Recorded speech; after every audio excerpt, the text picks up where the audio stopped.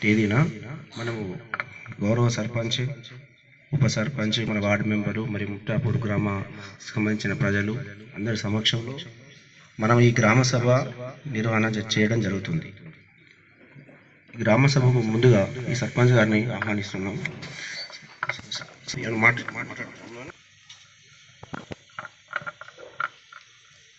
గౌరవ ముఖ్యమంత్రి శ్రీ రేవంత్ రెడ్డి గారి సందేశం నేను చదివి వినిపిస్తాను. మరొకసారి హృదయపూర్వకంగా ధన్యవాదాలు తెలియజేస్తూ నేను ప్రారంభిస్తా ఉన్నాను. మన గ్రామం గురించి ఒకసారి సర్పంచ్ మహమ్మద్ మున్నాబీ, ఉప సర్పంచ్ మాడే వెంకటేష్, మొత్తం వార్డులు 8, జనాభా 898 ప్రస్తుతానికి. ఇది ఎస్సీ జనాభా 195, ఎస్టీ జనాభా 194, బీసీ జనాభా 469, ఇతరులు అంటే ఓసీ వాళ్ళు వస్తారు 40 మంది ఉంటారు వాళ్ళు.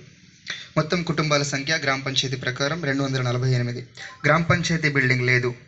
మొత్తం రోడ్ల పొడవు వచ్చేసి ఒకవేళ ఊళ్ళో ఉన్న రోడ్లన్నీ కలిసి కొలిస్తే 2 కిలోమీటర్లు అవుతాయి గల్లీలతో సహా.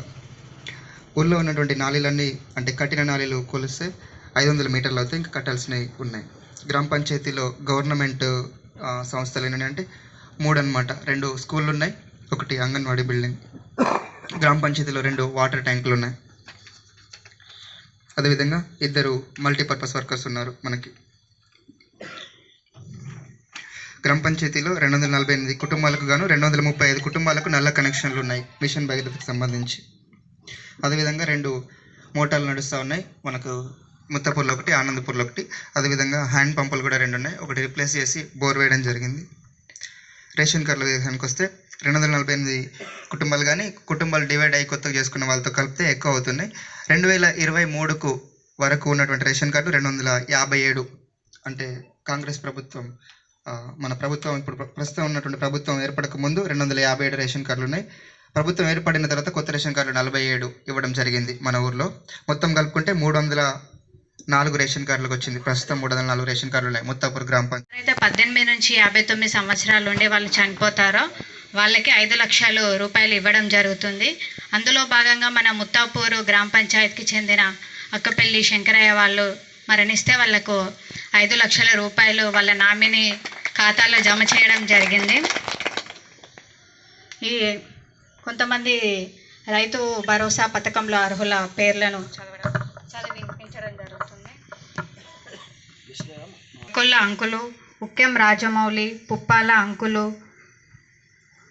చల్ల చంటయ్య, భోగే చంద్రయ్య, చింతపంటు చంద్రయ్య, గంగిరెడ్డి చిలుకమ్మ, కాసిం, సునార్కర్ మొండయ్య, మల్లోజుల దివాకర్, గేడం గౌరక్క, తోడే స్వప్న, గోమాస డాగయ్య, గోమాస జయ. రుణమాఫీ ఆ 10% కానోళ్ళు 2 లక్షలకు పైన ఉన్నది కాబట్టి కొంతమందికే కాలే, కానీ 90% ఖచ్చితంగా రుణమాఫీ అయింది. అలాగే ప్రతి ఒక్కరికి కూడా మొన్న వేసిన రైతు బంధులో 6,000 రూపకంగా 1 విడత పట్టణం చేస్తున్నారు.